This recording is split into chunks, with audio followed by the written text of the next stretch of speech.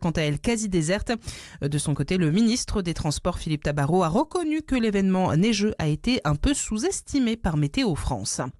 Dans le reste de l'actualité, 35 pays représentés et 27 chefs d'État et de gouvernement attendus à Paris aujourd'hui. Ils participent à la nouvelle coalition des volontaires pour soutenir l'Ukraine. L'objectif, afficher leur convergence sur les garanties de sécurité à fournir aux Ukrainiens. Nestlé lance un rappel volontaire de l'eau de lait infantile, une mesure de précaution selon hier le géant suisse de l'alimentation. Le groupe explique avoir détecté un problème de qualité dans un ingrédient. Plusieurs pays d'Europe sont concernés, dont l'Allemagne, l'Autriche ou encore la Suède.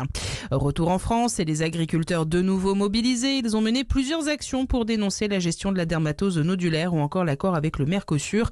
Plusieurs convois ont ainsi quitté certains départements pour rejoindre Paris jeudi, notamment en Gironde ou encore en Dordogne. Et les prix à la consommation ont augmenté de 0,8% sur un an au mois de décembre, une estimation publiée ce matin par l'INSEE. Au mois de novembre, l'inflation atteignait 0,9%. Et puis, qui seront les porte-drapeaux français pour les Jeux Olympiques d'hiver de Milan-Cortina en février? Les comités olympiques et paralympiques dévoilent aujourd'hui les noms des potentiels candidats pour représenter la délégation tricolore. Les deux duos seront élus par leur pair lors d'un vote organisé du 27 au 29 janvier prochain. Excellente matinée à tous. Sud Radio, le 10h midi, mettez-vous d'accord, Valérie Expert.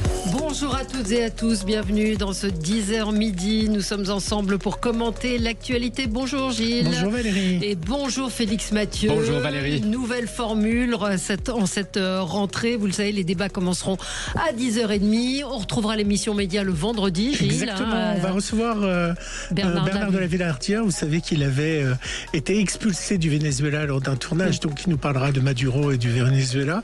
Et c'est un documentaire exclusif qui aura lieu dimanche prochain sur comment la France est infiltrée par les narcotrafiquants. D'ailleurs, vous pouvez commencer à appeler le 0800. Déjà, mardi. Oui, mais si vous voulez témoigner et discuter avec Bernard de la Villardière. Oui, ce sera vendredi. Donc aujourd'hui, donc dans les débats, on va revenir sur la neige qui a bloqué une grande partie de la France et la communication assez désastreuse du ministre des Transports. On va parler des arrêts maladie avec vous, Félix Mathieu, dans un instant, mais également avec les débatteurs.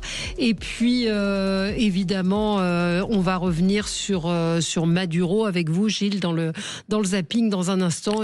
Vous verrez que ça peut rapporter, Maduro. Absolument. 0826 300 300. Je vous rappelle que vous êtes cordialement invités à réagir à tous ces sujets.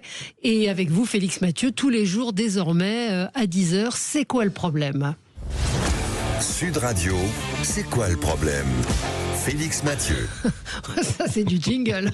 Ah oui, ça envoie du lourd. Très hard rock. Il y a une promesse là, on attend. Alors, c'est quoi le problème, Félix, aujourd'hui ? Eh bien, c'est les médecins qui, selon la sécurité sociale, selon le gouvernement, prescrivent trop d'arrêts maladie. Cette accusation, c'est même un peu ce qui les a conduits à se mettre en grève depuis hier et pour une dizaine de jours quand même. Ils sont vraiment pas contents.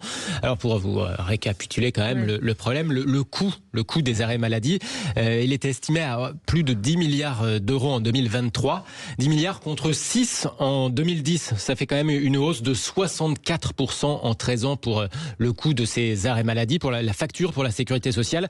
Donc le gouvernement, et puis l'assurance maladie estimait il y a quelques mois qu'il fallait faire quelque chose puisque selon eux, la moitié des arrêts sont injustifiés. La moitié en tout cas des longs arrêts de plus de 18 mois. C'est ce que dit un rapport de l'assurance maladie. Le budget de l'année prochaine pour la sécurité sociale prévoit donc désormais de les limiter à 1 mois pour la première prescription. C'est-à-dire que si on veut être arrêté plus longtemps, il faudra revoir de nouveau le médecin. C'est censé, selon la ministre de la Santé, ça garantir quelque part un meilleur suivi du patient. Mais l'idée aussi, c'est de lutter contre les certificats de complaisance. Il y a quelques mois déjà, 500 médecins avaient été mis sous surveillance comme ça par la sécurité sociale. Ça s'appelle une mise sous objectif. Très concrètement, ils ont reçu une lettre qui leur reproche de prescrire trop d'arrêts d'arrêt maladie. Les 500 concernés, ceux qui ont été mis sous objectif, ils prescrivaient au moins 2 fois plus que leurs confrères, que les autres médecins à patientèle comparable. C'est-à-dire que selon la sécurité sociale, c'est pas lié par exemple au vieillissement de la population, de la patientèle. C'est ce que dit en tout cas l'assurance maladie qui s'attaque donc à ce problème, qui a même, je ne sais pas si vous en avez entendu, qui a même lancé un spot publicitaire, j'allais dire, contre les arrêts maladie ou en tout cas contre ce qu'elle voit comme un abus d'arrêt maladie. Un arrêt de travail est un traitement à part entière. Il ne se prend pas à la légère.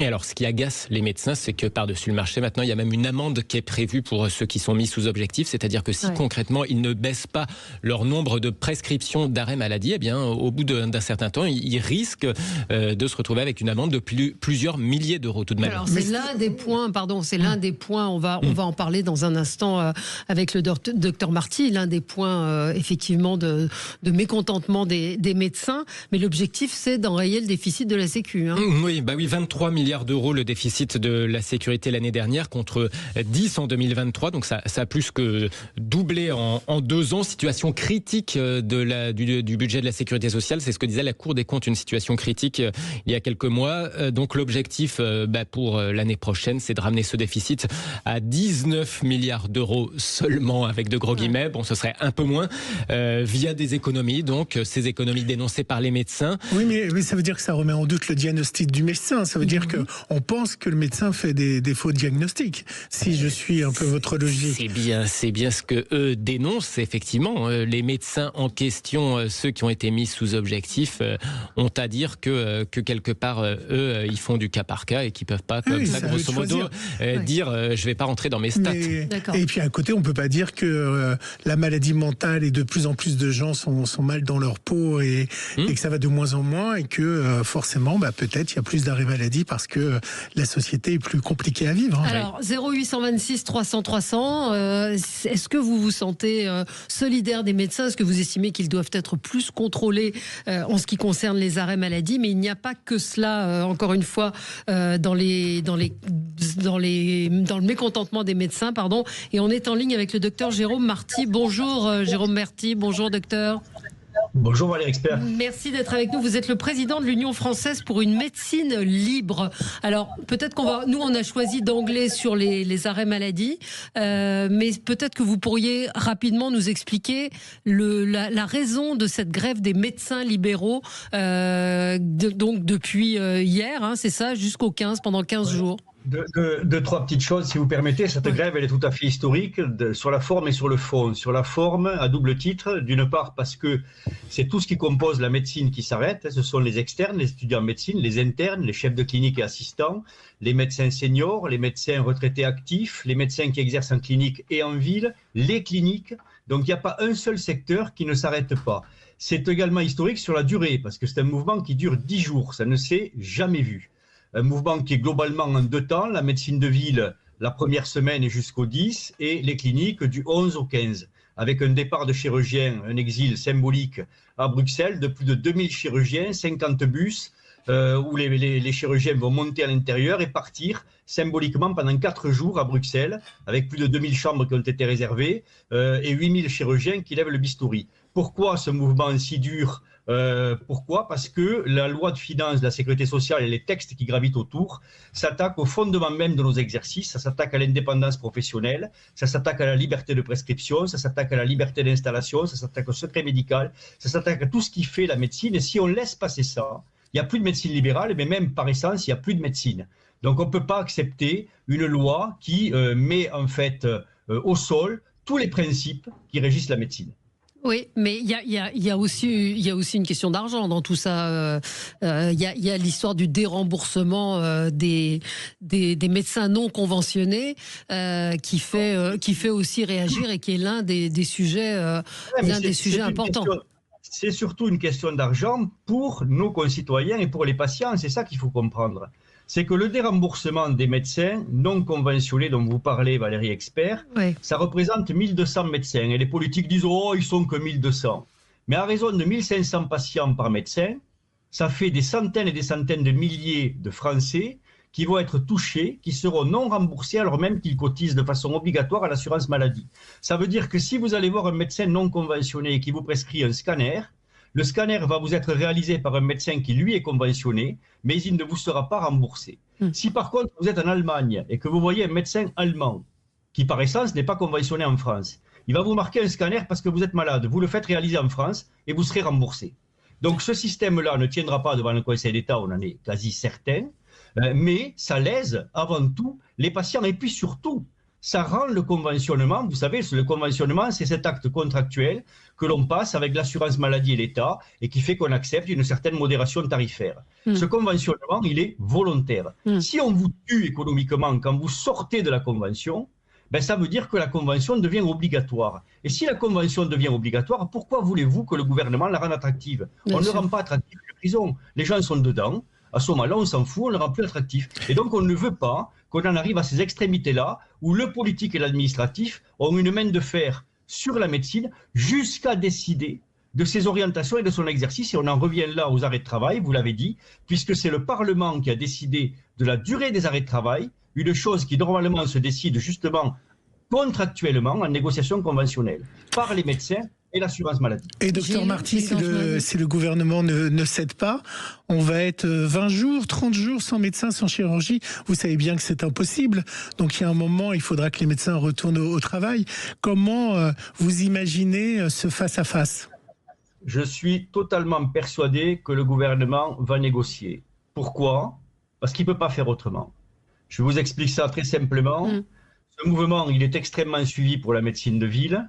Il va être extrêmement suivi pour la médecine de ce qu'on appelle les plateaux techniques, la chirurgie. Si la chirurgie de France s'arrête, et c'est le cas, la chirurgie libérale, elle représente 60% des interventions, 75% de la chirurgie ambulatoire. Ça veut dire que l'hôpital ne peut absolument pas l'absorber. Et que donc le gouvernement sera obligé de négocier parce qu'il ne peut pas faire face à cette crise-là, quoi.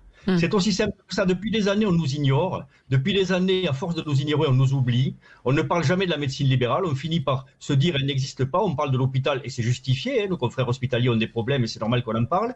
Mais on oublie complètement cette médecine libérale qui prend en charge 95% des patients. 95% des patients. Alors on nous dit, mais vous n'êtes pas les agriculteurs, vous n'êtes pas les camionneurs, vous ne bloquez pas les routes, vous n'arriverez à rien. Mais nous, c'est pire, on bloque le soin. Jérôme Marty, sur les arrêts de travail, lorsque la CNAM, la Caisse nationale d'assurance maladie, et le gouvernement nous expliquent que ça a explosé ces dernières années, qu'on est passé de 6 à plus de 10 milliards depuis 2010, et entre les lignes, quand ils suggèrent que certains médecins, pas tous, mais que certains, délivreraient des arrêts de travail de complaisance. Qu'est-ce que vous répondez à ça? Il y a deux choses là-dedans. D'abord, il y a un changement sociétal. Il y a un changement sociétal avec, vous le savez, des pathologies. Et vous en avez parlé juste avant mon intervention, des pathologies psychiatriques, des dépressions, des états de mal-être qui explosent, un vieillissement de la population, fort heureusement un chômage qui baisse et donc plus de gens qui travaillent, des Covid longs qui viennent impacter. On l'oublie, on n'en parle plus, mais c'est quand même plus d'1 million de Français en permanence. Ces choses font qu'il y a une part d'augmentation. Ensuite, sur les abus, parce que quand même, c'est pas la population française n'est pas une population d'escrocs à l'assurance maladie et la population des médecins ne l'est pas non plus.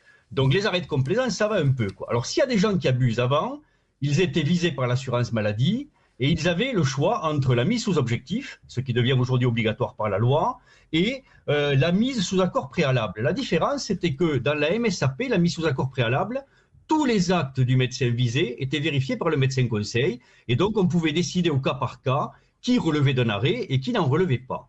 Dans la mise sous objectif, c'est beaucoup plus grave. Dans la mise sous objectif, et vous l'avez dit, la caisse décide de dire au médecin visé « Coco, tu vas diminuer tes arrêts de travail de 20 à 30%. » Mais si vous, patient, c'est votre médecin et que vous êtes du mauvais côté des quotas, mais vous allez le voir, vous êtes légitimement en attente d'un arrêt de travail parce que vous êtes très malade et ce médecin va vous dire « Je suis désolé, j'ai dépassé mes quotas, je ne peux pas vous le faire. Mais qu'est-ce que je fais, docteur? Allez voir un autre docteur. Mais il n'y en a pas, docteur. Vous n'avez pas votre arrêt de travail. » Et donc, ça veut dire que le Parlement vient de décider de priver des centaines et des centaines de milliers de Français d'un traitement. Comprenez qu'on ne peut pas accepter ça, parce que si on met le doigt là-dedans, demain, on parlera de médicaments, on parlera d'examens complémentaires, etc., etc. On ne peut pas accepter ça. On ne peut pas accepter que par souci économique, ont pris des Français le traitement. Alors, on va en rester avec nous, docteur Marty. On continue d'évoquer ce sujet des arrêts maladie, de cette grève des médecins. 0826 300 300. Vous êtes nombreux à réagir sur le Facebook. Certains disent plutôt que de pénaliser le patient, pourquoi ne pas vous attaquer à l'État ? On y revient dans un instant. 0826 300 300 si vous voulez évidemment réagir à cette grève et aux arrêts maladie. Est-ce que vous estimez qu'il y a trop d'arrêts maladie? Et vous avez entendu ce qu'a dit le docteur Marty sur les conséquences. À tout de suite. Sud Radio, le 10h midi, mettez-vous d'accord. Sud Radio, le 10h midi, mettez-vous d'accord, Valérie Expert. Alors, c'est plutôt, c'est quoi le problème dans cette tranche d'émission? On est en compagnie du docteur Jérôme Marty, président de l'Union française pour une médecine libre. Je rappelle que les médecins sont en grève, médecins libéraux, grève de 10 jours. Vous nous l'avez dit, Jérôme Marty, grève extrêmement suivie.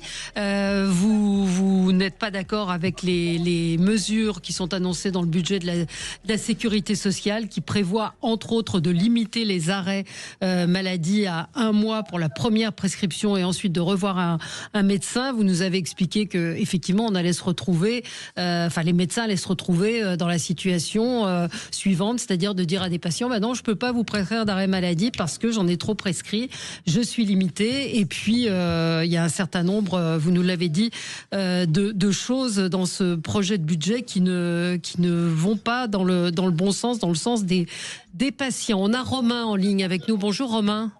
Bonjour, merci de me donner la parole. Alors vous êtes médecin et vous êtes vice-président de l'association Médecins pour demain. Alors racontez-nous quelle est votre position à vous. Alors la position c'est la même que Jérôme Marty, c'est-à-dire qu'aujourd'hui l'ensemble des médecins sont en colère. C'est un cri de colère en fait, c'est plus qu'une grève, on est sur une succession d'attaques. Vous avez parlé parfaitement de la loi de finances de la sécurité sociale, mais c'est pas tout. En fait, il y a des attaques législatives qui sont en cours, qui sont à venir.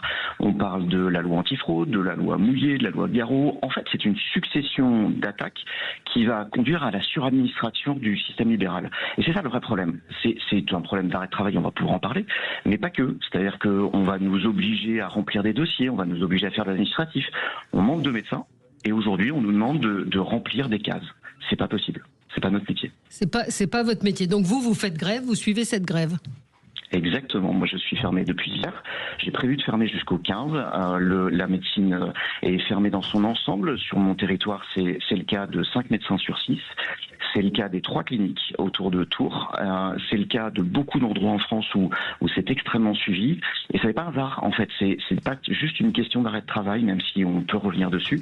Et je peux vous dire pourquoi l'État et pourquoi le gouvernement nous attaque sur les arrêts de travail. Alors pourquoi on soigne trop bien les patients. Les gens aujourd'hui survivent de leur cancer. Moi, j'ai des patients qui ont fait 3 à 4 cancers et qui sont encore en situation de travailler. Et ces gens-là, on les arrête. Les arrêts longs ont beaucoup augmenté. Et ça, on le fait malgré la situation sanitaire qui a été détruite par nos politiciens depuis 30 ans. C'est-à-dire qu'on le fait malgré l'absence d'accès aux IRM, malgré l'absence d'accès aux spécialistes, malgré l'absence d'accès aussi aux médecins de la sécurité sociale. Y compris dans la sécurité sociale, là où il y a un pléthore d'administratifs, il n'y a plus de médecins.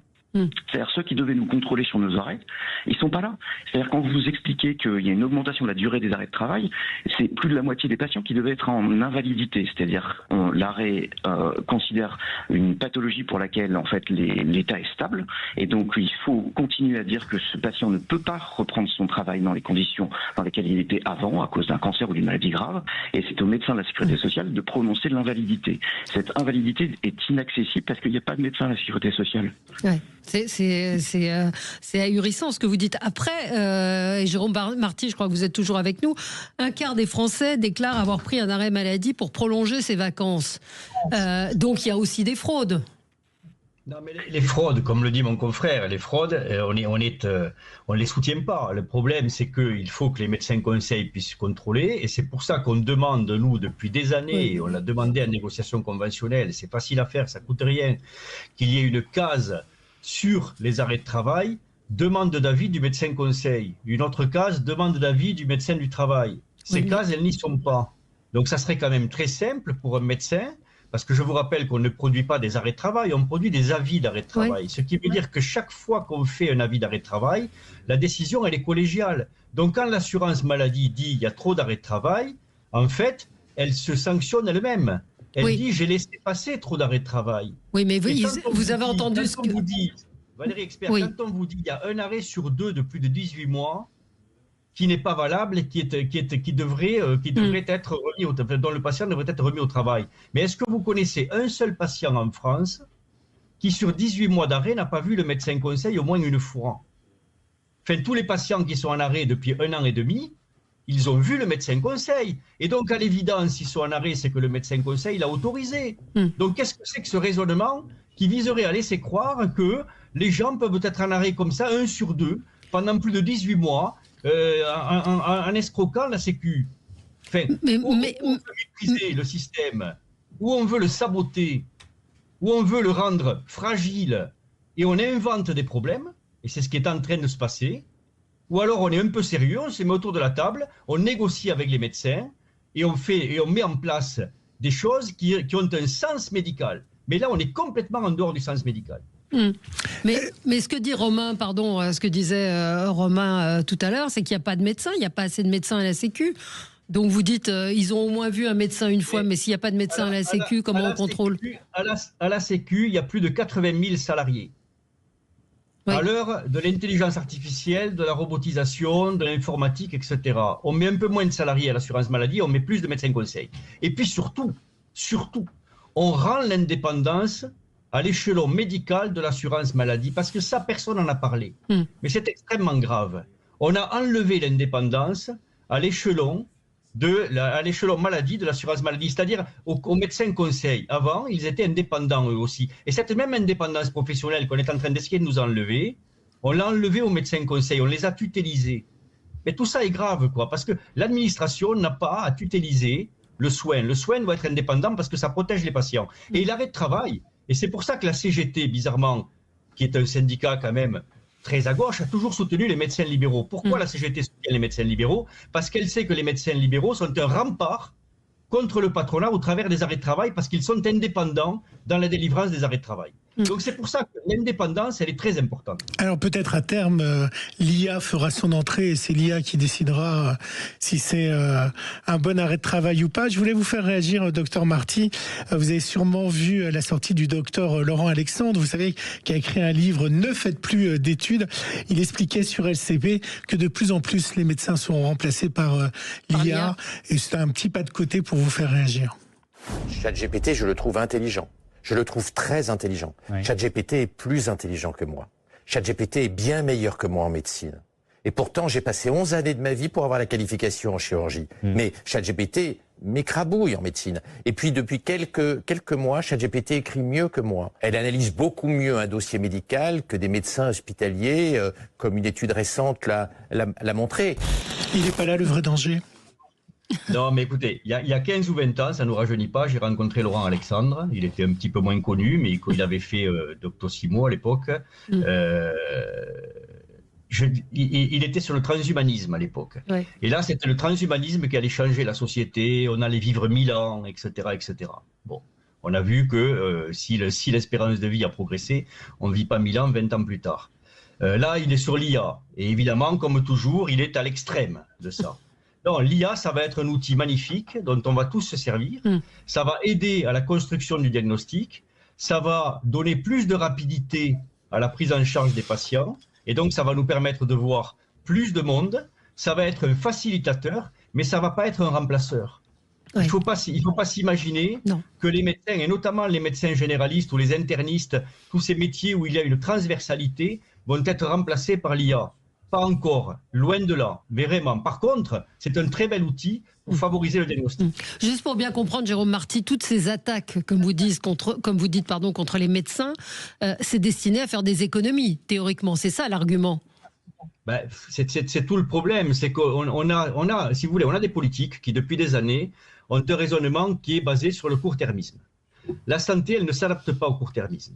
Je veux dire, la santé, c'est certainement le meilleur investissement pour une nation, mais vous en recueillez les fruits 15 ans, 20 ans plus tard. Donc il faut que vous ayez une planification, il faut que vous ayez des vraies réformes de santé à 5 ans, 10 ans, 15 ans, que vous sachiez où vous allez, et là, vous arrivez à magnifier le soin, magnifier le secteur sanitaire. Là, on le détruit par court-termisme parce qu'on veut un profit immédiat, et on veut un profit immédiat en bouchant un trou, en creusant un autre beaucoup plus grand. Et c'est ça que font tous les politiques, toutes tendances confondues, et depuis des années. Et puis là, en plus, on a eu les discussions du PLFSS, à un moment de notre histoire politique qui fait que le gouvernement est fragilisé et qu'il veut absolument éviter la censure et qu'il est prêt à donner la parole à n'importe qui, à donner le pouvoir à n'importe qui, y compris à des partis politiques qui ne représentent même pas 2% des voix et qui finalement ont habillé le PLFSS de leur idéologie, de leur populisme, détruisent la médecine et le gouvernement a évité la censure. Merci Jérôme Marty, puis on va suivre évidemment cette grève et puis les réponses qui seront apportées par le gouvernement. Merci d'être intervenu sur Sud Radio. On va continuer à parler de cette grève et des arrêts maladie avec les débatteurs dans un instant. Merci à Romain Humbert d'être intervenu, vice-président de l'association Médecins pour demain.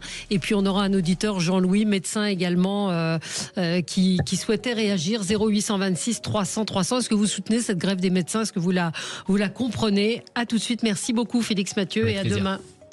Sud Radio, mettez-vous d'accord, Valérie Expert. Sud 10h midi, mettez-vous d'accord, Valérie Expert. Mettons-nous d'accord, les débats 10h30 désormais jusqu'à midi avec aujourd'hui autour de la table Jean-Christophe Gallien, politologue, conseiller en communication. Bonjour. C'est meilleurs vœux à tous puisque c'est une première pour vous. Sophie de Menton, chef d'entreprise, présidente du mouvement éthique. Et je rappelle le titre de votre livre Réussir c'est possible, paru aux éditions Fayard. Alexandra Spiner, enseignante, déléguée spéciale en charge du décrochage scolaire à la région Île-de-France. Bonjour à vous. Oui, il y a du boulot. Et Mathieu Bachelot, communicant et président de M2B Conseil, et Gilles Gansman, qui est resté avec nous, qui va nous faire un petit zapping de l'actualité. Mais c'est vrai qu'on va parler de la neige, la France qui ne sait pas s'organiser, le ministre des Transports qui accuse Météo France, qui avait sous-estimé les chutes de neige. Travailler le 1er mai, ça va vous réjouir. C'est une émission pour vous, Sophie. Macron a dit oui. Et puis un quart des Français ont déjà pris un arrêt maladie pour prolonger leurs vacances. On va revenir sur cette grève des médecins. Vous avez peut-être entendu le docteur Marty qui a expliqué le pourquoi de cette grève très très suivie.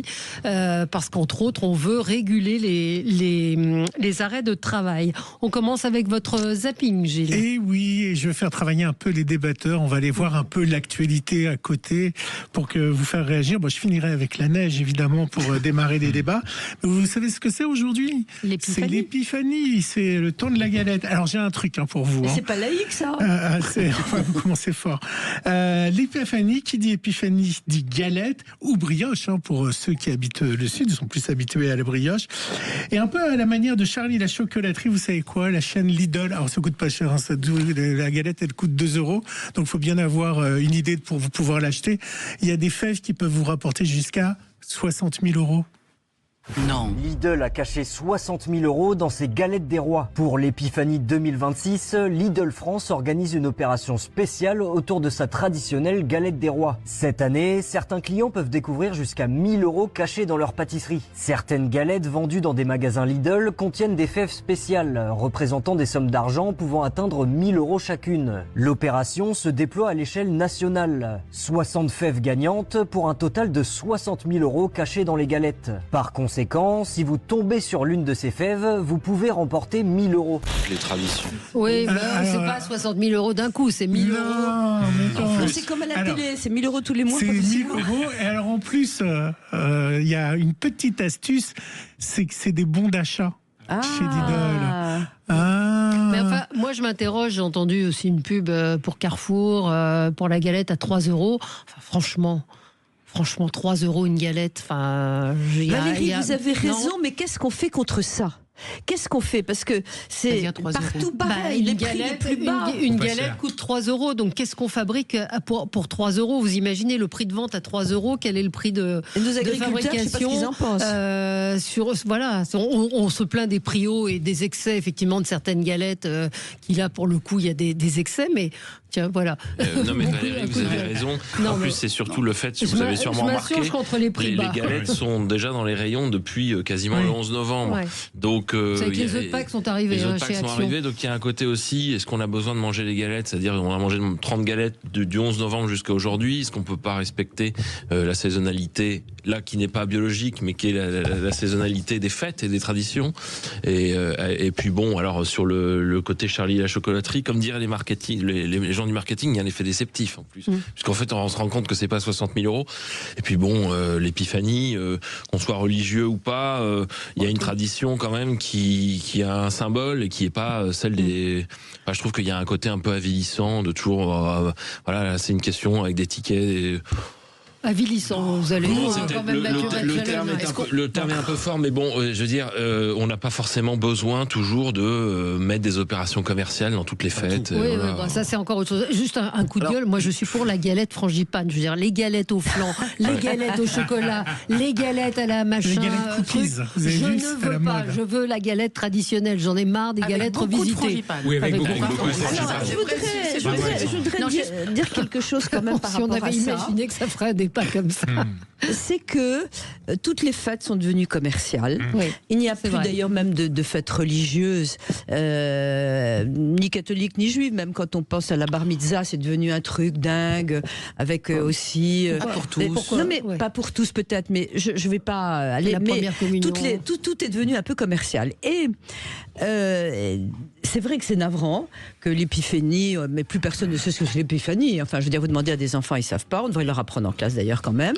Des adultes aussi. Hein. Et ce qu'il y a, c'est que je me mets du côté des entreprises. Elles sont en train... Chacun son couloir de nage. Oui, j'ai mon couloir de... Absolument. Et elles sont toutes en train de faire n'importe quoi pour vendre. Et c'est vrai, à tous les niveaux. Et je vous signale que les grandes surfaces, vous avez tout de suite, spontanément, on a envie d'attaquer la grande surface par rapport aux pauvres petits commerces qui ferment, ce qui est vrai. Mais les grandes surfaces, vous allez être très surpris, ils sont à moins 20%. Donc actuellement il y a un problème et les grandes surfaces, ça vient d'ailleurs, le problème vient de Chine. On va bientôt avoir des galettes chinoises. Ah bon? Je sais pas, je dis ça en riant, mais et donc la réalité, c'est que on est de plus en plus commerciaux. Il faut absolument lutter contre la concurrence. Les prix les plus bas, c'est effondrant. Les Français disent c'est une honte. Ma fille la première, mais comment il faut plus acheter, etc. Tu parles, ils se jettent sur les prix les plus bas. Et donc c'est aussi coup de gueule contre les Français parce que ils veulent tout. Le beurre, l'argent du beurre, la galette et le reste. Donc faut savoir. Bon, oui, Alexandra, ce débat sur la galette, les vrais sujets. Passionnant. D'abord sur le hard discount. Moi, je trouve que, aussi moche et mal aimé puisse-t-il être, c'est quand même la démocratisation et l'accès à une alimentation variée et décente. Pardon. Et merdique. Parfois. Très bien. Mais sur le saumon, regardez ce qui s'est passé avec le saumon. On est d'accord, Valérie. Est-ce que vous pouvez juste imaginer que des gens qui sont des foyers modestes, ils sont très contents d'aller acheter une galette à 3 €. Ça en fait peut-être rire, mais moi je peux vous dire que ils sont peut-être très contents de se dire que ils ont une possibilité de gagner des chèques pour acheter tout au long de l'année. Moi je me réjouis et je trouve que Lidl, de ce point de vue-là, ils sont. Alors je n'y connais rien en marketing, rien en communication. Mais je trouve qu'ils sont juste géniaux. J'ai vu que des baskets Lidl étaient devenues absolument iconiques. J'ai vu que mais c'est vrai. Ces endroits qui étaient mal aimés, qui étaient vilipendés, qui étaient des endroits de pauvres, finalement, ils sont rentrés dans une espèce, dans une espèce de... Oui, ils sont à la mode. Oui, tu as raison, Sophie. Ils sont à la mode. Mais je m'en réjouis. Désolée. Je suis d'accord avec ça. Mais je suis partagée parce que j'entends ce que vous dites et qu'effectivement, on va pas dire, non, payez-vous une galette de boulanger à 25 €. Néanmoins, on peut s'interroger aussi sur le prix de vente de certains articles. Oui, mais vous avez des familles qui ne peuvent pas aller au-delà de 3 € pour s'acheter une galette. Et moi, je me réjouis que ces familles-là aient eu du saumon, aient eu un petit peu de foie gras pour Noël et puissent s'acheter une galette des rois. Je suis désolée, le vrai débat, il est là. Alors, attendez, on a Raphaël qui est boulanger, qui voulait réagir au 0826 300 300. Raphaël. Bonjour à tout le monde. Bonjour Raphaël. Effectivement, moi je suis boulanger indépendant, donc artisan. Et nous, on fabrique la galette des rois ainsi que la brioche des rois. Donc aujourd'hui, on a rajouté 2 sortes de galettes des rois, donc à la pistache et au chocolat, en plus de celle à la frangipane classique, donc pour ravir tous les gourmands. Et effectivement, il y a une grosse différence entre les prix de la galette au supermarché et ensuite ce que vous pouvez trouver chez les chaînes et puis chez les artisans. Alors est-ce qu'ils abusent pas au moment des... On a eu ce débat, est-ce qu'ils n'abusent pas un petit peu quand même parfois les boulangers, parce que ça reste malgré tout de la pâte feuilletée et de la frangipane, ce qui est un coût de revient assez bas. Ils ont raison d'abuser si on achète. Alors, je voudrais qu'ils me répondent, Raphaël. Alors dans un premier temps, il y a les coûts de matières premières, où déjà il y a la poudre d'amande qui ne cesse d'augmenter, comme le beurre. Donc la galette des rois, aujourd'hui, elle coûte de plus en plus cher à produire. Mais ce qui est aussi important à prendre en compte, c'est tous les à côté. C'est-à-dire que la fève, ça coûte entre 80 centimes et 1 euro. Donc c'est pour ça, rien que vendre une galette à 3 euros, aujourd'hui, nous, on en est très loin et c'est même pas ce que la galette me coûte. Ensuite, il y a la couronne, il y a tous les emballages, le boitage. Et puis nous, il y a la main d'œuvre. Nous, chaque geste est fait à la main. Donc une galette, en termes de temps de fabrication, ça se fabrique sur 3 jours. Donc nous, par exemple, pour vous donner une ordre d'idée, pour qu'on puisse lancer nos galettes le 26 décembre, donc le lendemain de Noël, on a commencé à les fabriquer début octobre. Voilà. Et là, on est encore en retard. On essaye de survivre et donc ça demande un travail monstrueux. Les galettes, ça se cuit. Alors moi, dans un four, personnellement, je peux les cuire que par 10. Ouais. Donc je vous laisse imaginer. Bien sûr, le boulot. Voilà, donc le boulot, et certes, il y a la matière première sur lequel, en marge brute, je dirais que c'est une marge plutôt intéressante. Mais le volume fait que c'est en termes de main d'œuvre, de coûts et puis les à côté, ça demande énormément de coûts et d'investissement. Bien sûr. Merci Raphaël de nous avoir appelé. Il n'y a pas de fève à 10 000 euros, Raphaël, dans vos galettes. Pardon ? Il n'y a pas de fève à 1 000 euros. À 1 000 euros. Alors l'an dernier c'était les diamants, cette année c'est une croisière.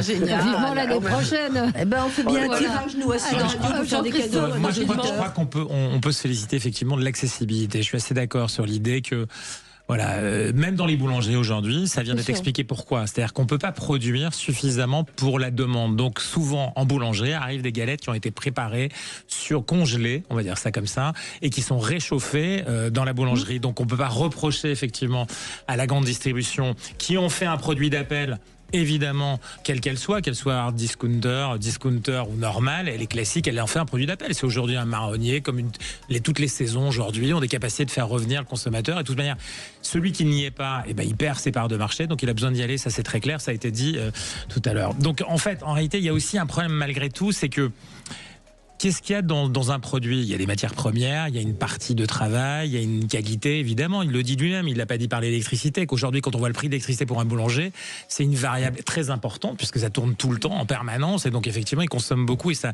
augmente le prix. Maintenant, ce qui est très vrai aussi, c'est que est-ce qu'avec 3 euros ou 2,50 euros une galette, alors qu'on paye un café à Paris, je dis bien à Paris, assis et pas au comptoir, 2,50 euros en moyenne à peu près, est-ce qu'on dit bien la vérité ? De la valeur d'un prix et de quelque chose. Et donc on se perd dans la valeur des choses. Vous n'êtes pas obligé d'avoir 40 galettes, vous êtes obligé d'en avoir une. Ça peut être un choix, par rapport à d'autres choses. Donc c'est très vrai. Et ça ouvre après la porte à beaucoup d'autres incapacités que nous n'avons à réguler. Parler des Français, c'est vrai tout à l'heure. Faire venir des cerises à cette époque venues de je ne sais plus quel pays, ainsi de suite. Non, mais je veux dire, on veut tout au même moment, tout le temps, quelles que soient les conditions. Et abandonner sa crédibilité. Ça ouvre la porte à autre chose, c'est au solde. On va arriver, ça va être quelque chose de particulier, ça. Il y en a besoin, on casse les prix, où on vend la même chose, on enlève l'étiquette le lendemain. Enfin bon, voilà, il y a aujourd'hui une promo et un monde commercial qui va croissant. Regardez sur les bas prix, je vois des réactions 2,50 € chez Bip et franchement presque pas de frangipane, que de la pâte feuilletée. On l'a même pas terminée tellement elle est ratée. Autre réaction, les galettes de X sont horribles, elles s'effritent, ne sont pas bonnes. Des noms. Voilà, donc c'est aussi que vous êtes... Qu'est-ce que je mange ? Acheter de la merde, enfin pardon, mais dans certains endroits. Ils ont envie. Mais ils la finissent pas. Ils n'achèteront pas la prochaine fois. Il y avait un copain de mon père qui disait j'ai pas les moyens d'être pauvre. C'est très choqué. Mais ça veut dire aussi que c'est un peu facile. Oui, mais vous achetez une galette à 3 € que vous mangez pas. L'année prochaine, ils n'en achèteront pas et on fera attention. Et je veux dire, il y a une espèce de règle. Vous ne pouvez pas. Non. Bon, on a un grand débat. On marque une pause et on se retrouve dans un instant. Bon, on est d'accord. Sud Radio, le 10h midi, mettez-vous d'accord. Avec vous sur Sud Radio, 0826 300 300, réagissez à l'actualité. Alors on continue le zapping de Gilles qui fait réagir au-delà de ce qu'on imaginait là sur aussi, l'épiphanie. ça veut réagir. Bon, je comptais vous faire gagner 60 000 euros. Oui. Vous avez vu, déjà je suis gentil avec vous. Maintenant, je peux vous faire gagner 400 000 $. Ah ouais, je monte. Voilà, exactement. On va vous rester allez voir, dans vous le n'êtes pas business. loin. Et oui, vous savez pourquoi vous pouvez gagner 400 000 $? Un Américain a gagné 400 000 $? Parce qu'il a parié sur la capture de Nicolas Maduro. Incroyable. Avant la capture. Avant la capture sur la chute du président vénézuélien. Mais vous allez voir qu'on soupçonne peut-être les équipes de Trump. Écoutez. Quelqu'un a gagné 400 000 $ en pariant sur la chute de Nicolas Maduro. Si t'es pas au courant, il y a un site de paris américain qui s'appelle Polymarket et où tu peux miser sur absolument tout et n'importe quoi. La date du retour de Jésus, la sortie de GTA 6 ou encore la chute de Nicolas Maduro. Et c'est exactement ce qu'a fait un parieur qui s'est positionné la veille de l'attaque américaine contre le Venezuela en misant plus de 32 000 $ sur la chute du président et 24 heures plus tard, il a empoché plus de 400 000 $ de bénéfices. Bon, c'est sûrement une heureuse coïncidence, mais c'est pas la première histoire louche qui a lieu sur Polymarket depuis l'arrivée de Donald Trump au pouvoir. Il y a beaucoup d'éléments qui permettent de penser que des proches de Donald Trump utilisent de l'information ultra confidentielle pour faire des paris insensés et s'en mettre plein les poches. C'est comme les galettes. Alors moi j'étais sur le site de Polymarket. Vous pouvez en ce moment voter sur le retour de Nicolas Maduro au Venezuela. Vous pouvez voter sur si Taïwan va être envahi, dans combien de temps. Vous pouvez voter sur plein de choses. Est-ce qu'il y a la chute ou pas du gouvernement Le Cornu? Non, j'ai pas été voir. Mais vous pouvez Est-ce qu'on peut mettre nous-mêmes des paris? On va rentrer C'est mettre la tête à prix des gens. Enfin, je veux dire que c'est assez scandaleux. Bon, je suis choquée. Oui. Oui, je suis très choquée de prendre des événements qui mettent la vie des pays, des gens en danger, etc. Mettre de l'argent dessus, c'est des paris que je trouve non éthiques. Et c'est presque mettre un prix sur la tête des gens. Ça me choque beaucoup. C'est une vieille tradition. Généralement, les Anglais sont connus. Les Anglais sont connus pour les bookmakers anglais font des paris surtout souvent sur ce qui est lié d'ailleurs à la couronne d'Angleterre, parce qu'ils adorent ça. Là, je suis d'accord avec Sophie. Bon, après, l'univers des paris est un univers qui de base n'est pas forcément très éthique. Très éthique. Après, c'est sûr que c'est plus éthique de parier sur la victoire du Paris FC ou du PSG que sur le retour de Nicolas Maduro. Mais il y a moins d'argent en jeu. On parie sans argent. La semaine dernière, parier sur la destitution de Maduro, c'était quand même assez audacieux, assez visionnaire, non? Oui, c'était assez visionnaire. Délit d'initié. Mais délit d'initié, je ne sais pas si vous avez vu, il y a toujours un classique, c'est les pizzerias autour de la Maison Blanche. Alors il paraît que c'est une fake news. Il paraît que c'est faux. Tout est faux en fait. Même cette histoire formidable, j'avais envie d'y croire. Oui, moi aussi. Tu regardes les pizzerias à côté de la Maison Blanche et généralement, à côté du Pentagone, généralement quand une opération militaire importante se prépare, il y a un boom de commandes de pizza autour et il y a des petits malins qui suivraient les commandes qui, à chaque fois qu'il y a eu des événements importants, il y a toujours un pic de consommation. Mais si même ça c'est faux. Et hier j'ai vu effectivement quelqu'un qui débunkait, comme on dit cela, en disant non, parce qu'à la Maison Blanche, au Pentagone, je crois qu'il y a 80 000 personnes qui y travaillent et donc ils ont leur propre pizzeria.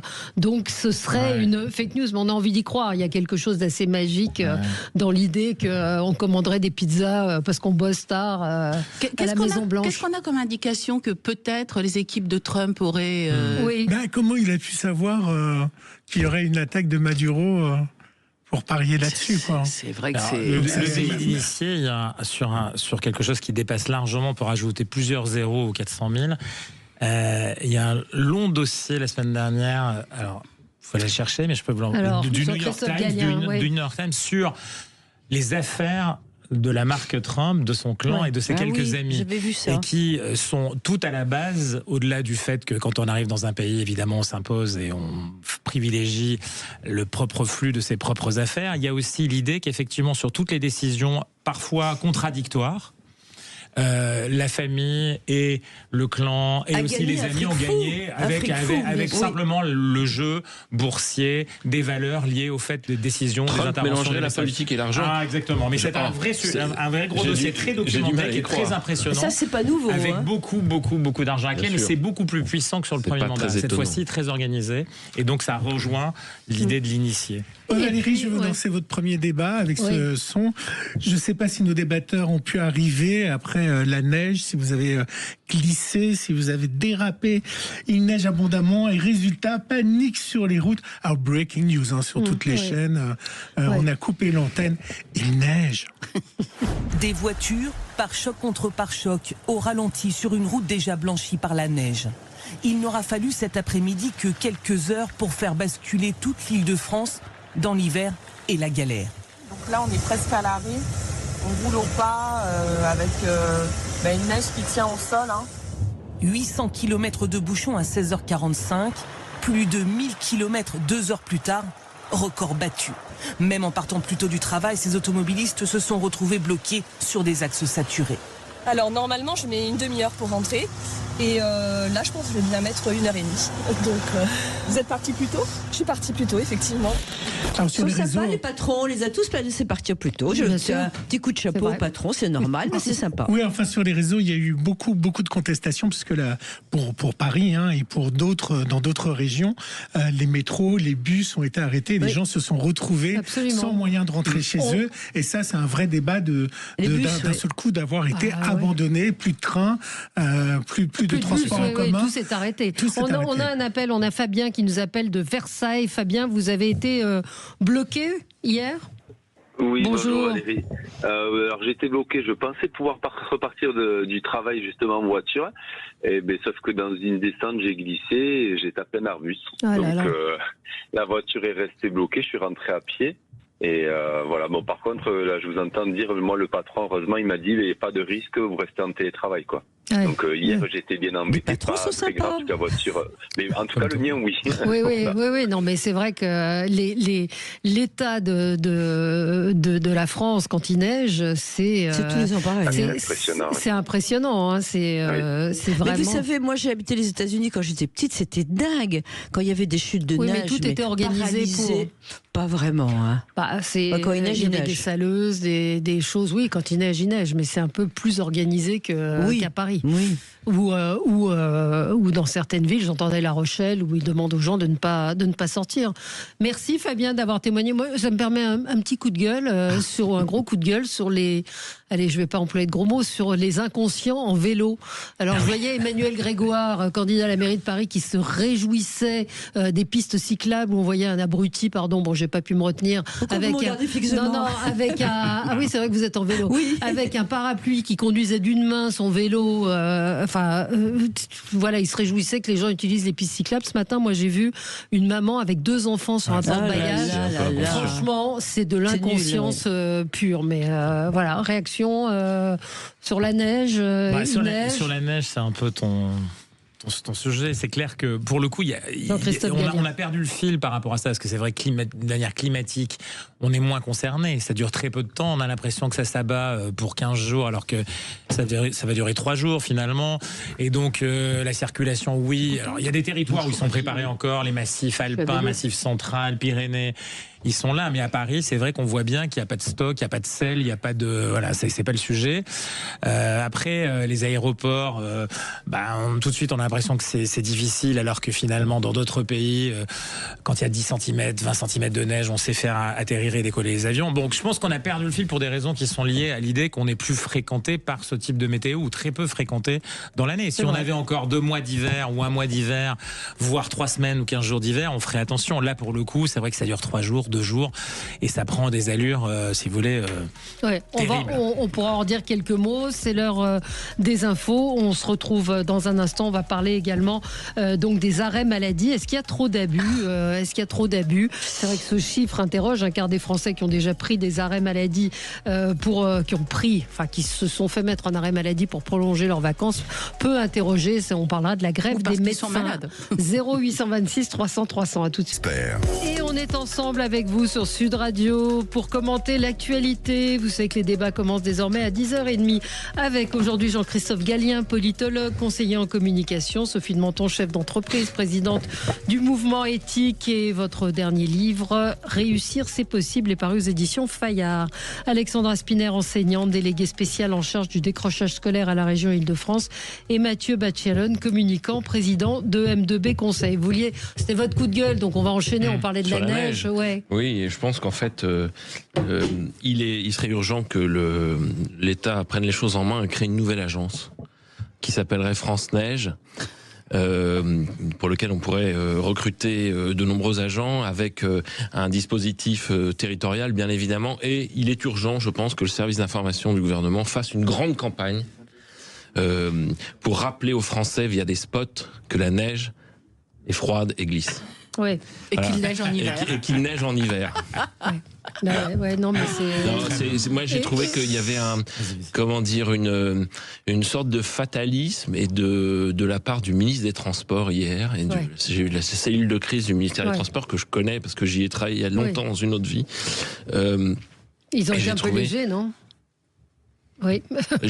C'est facile à dire de l'extérieur. Enfin, vous êtes communicants tous les deux. C'est pas qu'une question de communication. C'est une question d'anticipation des services de l'État, y compris sur des choses qui sont vraiment matérielles, de gestion des routes. Il y a eu la question des transports, puisqu'il y a quand même l'arrêt brutal de toutes les lignes de bus à 17h par la RATP. Il y a un petit sujet, et je pense que Alexandra, qui est ici élue à la région Île-de-France, il y a un sujet, j'incrimine pas la majorité, mais il y a un sujet sur la continuité du service sur Île-de-France Mobilité. Je pense que, à mon avis, la région Île-de-France devrait demander des comptes à la RATP sur la gestion. Et puis il y a quand même un sujet sur la communication. On savait qu'il allait neiger et il n'y a pas eu forcément d'anticipation pour dire aux Franciliens, mais il y a eu ça dans d'autres métropoles. Je suis désolée, mais c'est qui tout ça? Le problème, il est toujours le même. Il y a un ministre qui, il y a de la neige, très bien, c'est pas son boulot. Ensuite, ça descend. Et puis il y a tout. Il y a les administrations parallèles, les organisations. À France Neige, tout sera avec. On ne peut plus. Il n'y a pas de ministre à la tête des administrations. Il n'y en a pas. Les administrations sont paralysées, chacun à son couloir de tir. Ça c'est vrai. Oui, ça c'est vrai. Ils ne peuvent pas réagir. On ne peut pas gérer problème de coordination. Oui, c'est vrai. Avec le millefeuille administratif qui fait que chacun a tendance à se renvoyer la balle aussi. Vous avez vu qu'il y a des gens qui ont dit que Valérie Pécresse avait fait neiger pour qu'on puisse se servir du téléphérique à Créteil. À Créteil, que ça faisait penser au sport d'hiver. Parlons de nos médecins, donc qui sont en grève, médecins libéraux qui sont en grève pour un certain nombre de raisons, et en particulier le contrôle des arrêts maladie. On a Jean-Louis qui est médecin et qui attendait depuis un petit moment de réagir. Vous nous appelez d'Arles, vous êtes médecin généraliste, vous êtes en grève ? Je suis salarié maintenant, donc c'est un peu différent, mais j'ai été longtemps médecin généraliste et donc je suis tout à fait solidaire de ce qui se passe et de mes collègues qui sont en grève, et bravo de le faire. J'en profite, j'écoutais mon collègue Marty tout à l'heure au téléphone, que je voudrais remercier parce que il agite les choses de manière intelligente, et ça fait partie des choses qu'on peut regretter. En France, on a 7 syndicats de médecins, je comprends pas bien pourquoi. Avec le sien tout seul, ça suffirait largement. Ça, c'est un premier problème. Après, la notion d'arrêt de travail, c'est assez curieux parce que quand vous demandez pourquoi ils ne mettent pas dans leurs ordinateurs les dates des grandes cérémonies, par exemple à Marseille, les matchs de l'OM, vous avez des gens qui sont arrêtés chaque fois qu'il y a un match de l'OM. C'est pas compliqué à vérifier, ça. Vous en avez qui sont arrêtés chaque fois qu'il y a des concours de boules. C'est facile à vérifier. Vous en avez qui sont arrêtés à l'ouverture de la chasse, à l'ouverture de la pêche. Tout ça, ce sont des choses qui sont faciles à vérifier. Et quand un employeur trouve quelqu'un qui va faire une photo d'un de ses employés qui est en train de refaire sa toiture pendant qu'il est en arrêt de maladie, c'est interdit de s'en servir. C'est très curieux tout ça. Et après, on va enquiquiner les médecins. Mais quand vous êtes médecin et que vous avez un patient qui vient, qui vous dit qu'il a très très mal au dos, si vous le renvoyez au travail et qu'il tombe d'une échelle, votre responsabilité est engagée. Donc tout ça, on n'en parle pas. Mais c'est ce que nous expliquait le docteur Marty, c'est le contrôle qui est décidé pour limiter le nombre d'arrêts maladie. Alors, et il expliquait bien que la prescription d'un arrêt maladie, normalement, doit être visée par le médecin conseil. Vous êtes tous passés par ça, enfin tous non, pas forcément tous, mais par l'arrêt maladie. Sophie de Menton. Alors, merci Jean-Louis d'être intervenu. Oui, c'est très compliqué parce qu'il y a le pire et le meilleur. D'abord, les médecins ont raison de faire grève. Ils sont insuffisamment payés. Ils ont fait des études incroyables. Non, mais attendez, là on parle des médecins. Attendez, là on parle des médecins hors convention. Il y a aussi la question, on l'a pas évoquée, mais est-ce que c'est normal de devoir payer pour être suivi en consultation privée et pas en public? Eh ben écoutez, et là il y a le déconventionnement, mais il y a plusieurs choses. Il y a le privé et le public, il y a les écoles privées, on paie un peu plus. Il y a un médecin hospitalier hier à qui je demandais ce qu'il pensait de cette grève et qui m'a dit les vendeurs de Porsche vont vers la gueule. C'était un peu schématique, mais oui, mais c'est encore la France. Voilà, on est tous. Bon, alors d'abord, ce qu'il faut savoir sur les arrêts de travail. Les arrêts de travail. Vous ne pouvez pas dire que tous les médecins sont mal payés. Bien sûr que non. Il y a des médecins formidables. J'ai une de mes amies à Lyon qui a une horrible bronchite qui peut pas sortir. Il fallait changer d'antibio. Elle avait personne pendant les fêtes. C'est le médecin qui a été à la pharmacie lui acheter des antibiotiques et qui l'a déposé chez elle. Bon, non, il y a des médecins formidables et il y a des médecins qui vraiment. Non, mais on va pas parler des cas particuliers. Je veux parler. Là, on parle des médecins libéraux. On parle des médecins libéraux, des cliniques qui sont en grève. Hein. Oui, voilà. Mais c'est vrai aussi que même s'il y a ils sont pas assez pas revalorisés, le travail est pas assez payé, ils ont des années d'études. C'est vrai que la médecine se dégrade, mais ce qui est absolument lamentable, c'est que moi je ne comprends pas ce que fait l'ordre des médecins. Il y a une éthique quand même. Ils ne parlent jamais, on n'entend jamais. Ça s'appelle l'ordre des médecins. Oui. Il leur dit pas d'y aller mollo sur les arrêts maladie. Je veux dire, c'est aussi bête que ça. Quand dans ma boîte, j'ai 6 personnes arrêtées par le même médecin, c'était il y a 10 ans, d'accord. 6 personnes arrêtées par le même médecin. C'est pas supportable. C'est devenu un produit de consommation, l'arrêt maladie, pour certains médecins. Pas pour tous. Moi, je pense que c'est dangereux de dire ça. C'est très dangereux. C'est quand même une minorité. Alors, on jette l'opprobre sur toute une profession. On jette l'opprobre sur toute une profession. Mais ce qu'expliquait tout à l'heure un médecin que nous avions en ligne, c'est vous avez entendu, c'est qu'il y a des gens qui ont eu plusieurs cancers. Donc il y a aussi des choses qui font que la santé change. Vous savez que, par exemple, ne monopolisez pas la parole. Attends, la fonction publique. Vous savez qu'on a mis 3 jours de carence pour qu'il y ait moins d'arrêt maladie, parce que on dépasse tout ce qui est imaginable en arrêt maladie dans la fonction publique. Donc on a mis 3 jours de carence. Eh bien, ces 3 jours de carence devaient rapporter une somme X. Ils n'ont rapporté que le 10e de la somme, parce que les jours de carence ont été compensés. Ce qui échappait aux jours de carence, c'était les accidents de travail. Donc on a eu une flambée d'accidents de travail de rien du tout pour arrêter les gens. Alors, Alexandra, c'est scandaleux aussi. Ce que disait Jérôme Marty tout à l'heure, c'est on attaque les médecins. Aujourd'hui, c'est une attaque en règle. Clients. C'est une honte d'aller réclamer des arrêts de travail. Alors, bon, évidemment qu'il y a des abus sur les arrêts de travail, on est d'accord. Il faut quand même rappeler qu'il y a des gens qui sont vraiment malades. Et ça traduit quand même une vraie souffrance au travail. On peut pas écarter ça et faire comme si ça n'existait pas. Maintenant, sur la responsabilité des médecins, moi je trouve que ce qui vient d'être dit est intéressant. Si vous envoyez quelqu'un avec, je sais pas, il a cité l'intervenant a cité le mal de dos et qu'il y a un problème, il y a effectivement une vraie responsabilité.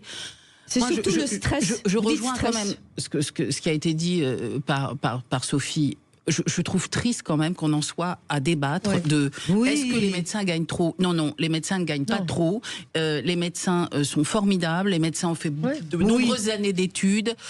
Ils ont une vraie dévotion au service public. Et maintenant, s'il y a des médecins qui travaillent dans le privé et qui gagnent plus, eh bien très bien, c'est leur droit. Et pourquoi pas ? Enfin, je veux dire, maintenant sur les arrêts de travail, il y a un vrai sujet qu'il faut prendre à bras le corps, parce qu'on sait que sur le plan économique, c'est un trou béant. Et donc, il faut prendre le sujet à bras le corps et trouver une solution, peut-être une régulation plus forte, peut-être un contrôle. J'ai pas le droit de contrôler. Moi, je suis chef d'entreprise. Non, mais ce que disait Jérôme Marty tout à l'heure, c'est que les arrêts de travail de plus de 18 mois, enfin, ou considérés comme du monde, ont tous reçu la visite du médecin conseil. Non, mais juste parce que il faut se comparer aux autres dans un monde comparable. Ce qui est assez étonnant que je regardais avant de venir, justement, parce que j'avais une idée très affirmée sur l'idée qu'on était les champions d'Europe, parce que après du monde c'est plus compliqué. Le nord de l'Europe nous domine, c'est-à-dire qu'en fait il y a plus l'Allemagne est le numéro 1. Ah bon? Exactement, oui, incroyable. Selon les landes, selon les systèmes d'assurance qui sont régionalisés, c'est différent. Entre 18 et 28 jours, vous voyez, c'est beaucoup plus que nous. Et puis on est dans le nord de l'Europe, c'est exactement ça. Et l'inverse, le sud, l'Italie, l'Espagne, la Grèce. Bah là, alors cela dit, est-ce qu'on n'a pas d'autres moyens de le faire? Je sais pas. En tout cas, voilà, la France se situe un peu entre les deux mondes. C'est vrai que c'est très largement une technique, une tactique parfois autour d'événements, ça a été dit par votre intervenant. Je me mets en arrêt de travail, c'est la France. On est plombé largement aussi par un moment donné, il y a eu cette dérive dans le monde public, mais qui a été corrigée notamment par cette histoire de carence, ça a été le cas. Maintenant, après, c'est difficile de mettre les médecins, au-delà de leur bonne ou mauvaise rémunération, au cœur simplement de ce sujet, parce que c'est vrai que c'est une responsabilité, parfois aujourd'hui avec beaucoup de tensions à l'intérieur des cabinets, c'est-à-dire que celui qui ne signe pas l'arrêt de travail, il y en a un autre qui va le faire, et ainsi de suite. Vous voyez ce que je veux dire ? Ils ont trop de clients. Donc ils ont trop. Exactement. Alors après, c'est une vraie question. Est-ce qu'on met de la carence? Est-ce qu'on met pas de la carence? Est-ce qu'on contrôle dans la durée? Oui, dans la durée. Ça, c'est sûr que la durée. Et cette phrase, je me mets en arrêt de travail, que tous les patrons qui nous écoutent connaissent. En arrêt maladie. Oui, pardon. En arrêt maladie. Je me mets en arrêt maladie. Moi, j'aimerais juste réagir, mais c'est à chaque fois qu'on parle de ce sujet, parce qu'on a déjà eu l'occasion de. Parce que ce sondage est un marronnier qui ressort fréquemment. Moi, je trouve que ce sondage a un côté très populiste, où pour mettre le doigt sur un sujet qui existe, mais qui a, à mon avis, toujours existé. Oui, il y a des gens qui sont des tirs au flanc dans ce pays, mais pas plus ici qu'ailleurs, pas plus aujourd'hui qu'avant. Et il y a un côté très populiste là-dessus pour pointer du doigt les salariés, les travailleurs qui sont des feignants. Et dans ces cas-là, vous savez ce que je fais à Tsuja? J'aimerais citer aussi d'autres chiffres dont on ne parle peu, qui sont les chiffres des morts au travail, et rappeler que l'année dernière, 1297 personnes ont perdu la vie dans leur exercice professionnel, et rappeler, ça c'est les chiffres officiels de la sécurité sociale, et rappeler que depuis 2021, il y a une augmentation de 26% d'accidents au travail. Donc la souffrance au travail et même le péril physique au travail, il existe aussi. Donc certes, il y a des tirs au flanc, certes, mais il y a aussi, et la médecine du travail joue un rôle essentiel pour protéger les travailleurs dans le cadre de leurs activités potentiellement dangereuses. On aura un autre médecin, Pierre-Louis, qui est en ligne avec nous et qui parle de ce droit à prescrire qu'ils vont perdre ou qu'ils pourraient perdre parce que vous allez, ce que disait Jérôme Marty, vous allez aller chez le médecin, il va vous dire bah oui, vous êtes cassé le bras, je peux pas vous arrêter parce que j'ai trop prescrit. 0826 300 300, à tout de suite. Le 10h midi, mettez-vous d'accord, Valérie Expert. Et nous parlons donc de cette grève des médecins. Entre autres griefs, il y a cette volonté de l'État de contrôler les arrêts maladie, de les limiter en quelque sorte. Pierre-Louis est en ligne avec nous. Bonjour Pierre-Louis, vous êtes médecin ? Oui, tout à fait, je suis médecin généraliste à Besançon. D'accord, et donc cette grève, vous la comprenez, vous la suivez ? Bien sûr, non seulement je la comprends, je la soutiens et je l'amène actuellement. Ouais. Donc vous êtes en grève ? Oui. D'accord. Et alors vous, pourquoi est-ce que vous faites grève ? Qu'est-ce qui vous mobilise ? C'est une grève qu'on fait avant tout pour les patients. Pourquoi ? Parce qu'en fait, la loi actuellement là, qui est nommée antifraude élégamment, en fait, elle vise à mettre les médecins sous objectif. Alors pas seulement pour les arrêts de travail, parce qu'il y a les arrêts de travail, il y a aussi les prescriptions de médicaments, de kiné, tout ce qui dépasserait un petit peu de la statistique. C'est un tableau Excel. On a l'habitude, on commence à avoir l'habitude des tableaux Excel imposé dans la santé, ça a été à l'hôpital, puis maintenant c'est le tableau Excel pour les médecins libéraux. Donc si vous avez une patientèle un petit peu différente, vous exercez à côté d'une usine, ou alors vous avez des gens qui sont plus malades que la moyenne, peut-être plus âgés, etc. Et bien en fait, vous avez des prescriptions qui sont atypiques. Alors ça flash sur les radars. Et là, aujourd'hui, on vous dit, docteur, vous dépassez des statistiques. Jusqu'à maintenant, on avait la possibilité de dire, ok, on va voir avec le médecin conseil, et puis le médecin conseil, il validera ou pas nos arrêts. La réalité, c'est qu'en fait, quand on est en procédure d'accompagnement avec le médecin conseil, quasiment tous les arrêts sont validés. Et demain, on n'aura plus cette possibilité d'accompagnement, on est condamné direct, et si on n'arrive pas à baisser nos prescriptions d'au moins 20%, on est soumis à une amende qui peut aller jusqu'à 20 000 €. Alors ça veut dire quoi? Ça veut dire que, en fait, le 20 du mois ou au mois d'octobre, en fait, nous, on va se mettre en arrêt maladie, nous, parce qu'en fait, on ne pourra pas exercer autrement si on a des patients qui effectivement sont malades. Comment on peut, nous, aller contre nos règles déontologiques? Si on a un patient malade, on va pas ne pas lui prescrire ce qu'on doit lui prescrire déontologiquement. Alors, l'assurance maladie, elle évoque 1% d'arrêt de travail atypique. Et en fait, quand un médecin est ciblé, il doit diminuer de 20%. Et 1%, qu'est-ce que c'est? 1%, c'est une variation qu'on a dans toute situation. Ça doit être soumis à contrôle. Ça doit pas revenir de la décision administrative. Qui, lui, en consultation, peut pas savoir si éventuellement, je ne sais pas, on le met dans le bateau et tout. Nous, un patient, il arrive avec ses patients, avec ses symptômes, etc., ses résultats. On peut pas avoir toujours la suspicion. Et puis c'est pas à nous de trancher. Il faut des contrôles, il faut éventuellement des carences, mais ça c'est pas de notre ressort, quoi. Quels sont les autres points qui motivent votre grève? Les autres points, c'est que on veut nous obliger à mettre des documents sur l'espace santé, le dossier médical. C'est ça. Il faut savoir que c'est une plateforme qui, pour l'instant, n'est pas bien encore bien en place. C'est chronophage. C'est encore balbutiant. Alors, si encore c'était un truc qui marchait super bien, et si encore on était sûr que c'était un espace qui sera jamais acquis, on a bien vu là les différents hackings des plateformes gouvernementales. Alors déjà, est-ce que c'est une bonne chose que les patients prennent le risque de se faire hacker leurs données de santé quand on sait que les assureurs, c'est pas des enfants de cœur, ils vont les récupérer, ces données. Ça pose question. Et puis, quand bien même ce serait un outil super sécurisé, il faut que ce soit fluide pour nous. Ça peut pas nous prendre 5 minutes à chaque consultation, quoi. Bien sûr. Mais évidemment.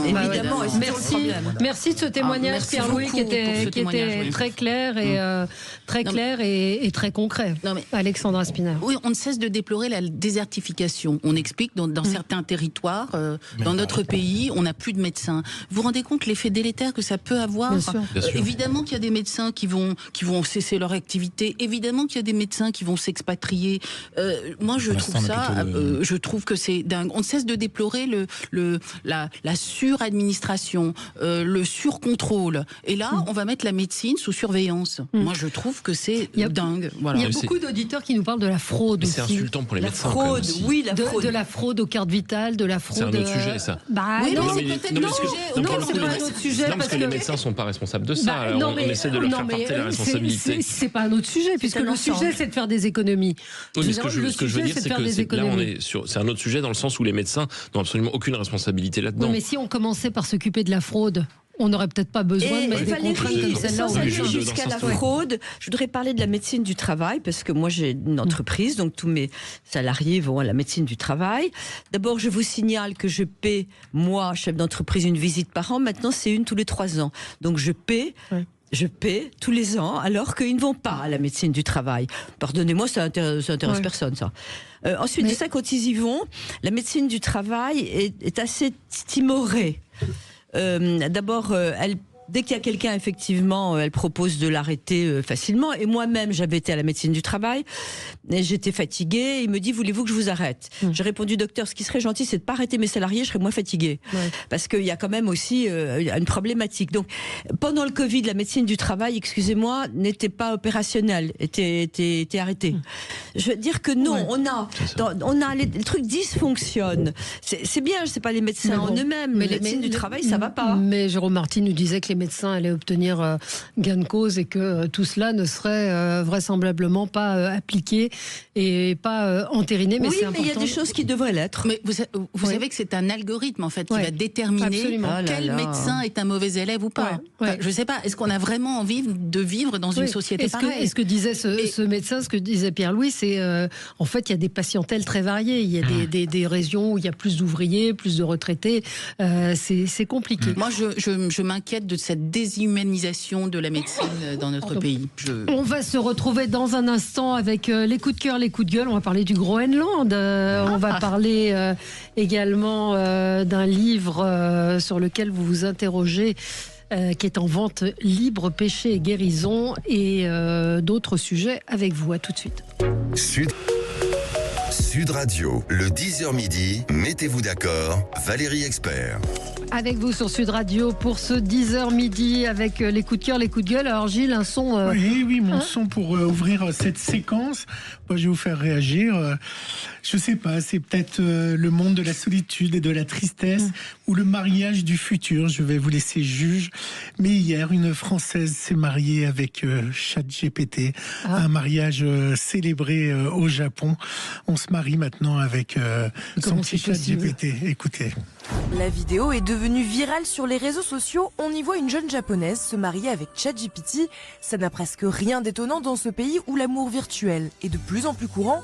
Lucie, 24 ans, une Française expatriée au Japon, s'est mariée il y a quelques jours avec Mamie, l'antagoniste principal du manga Rent a Girlfriend.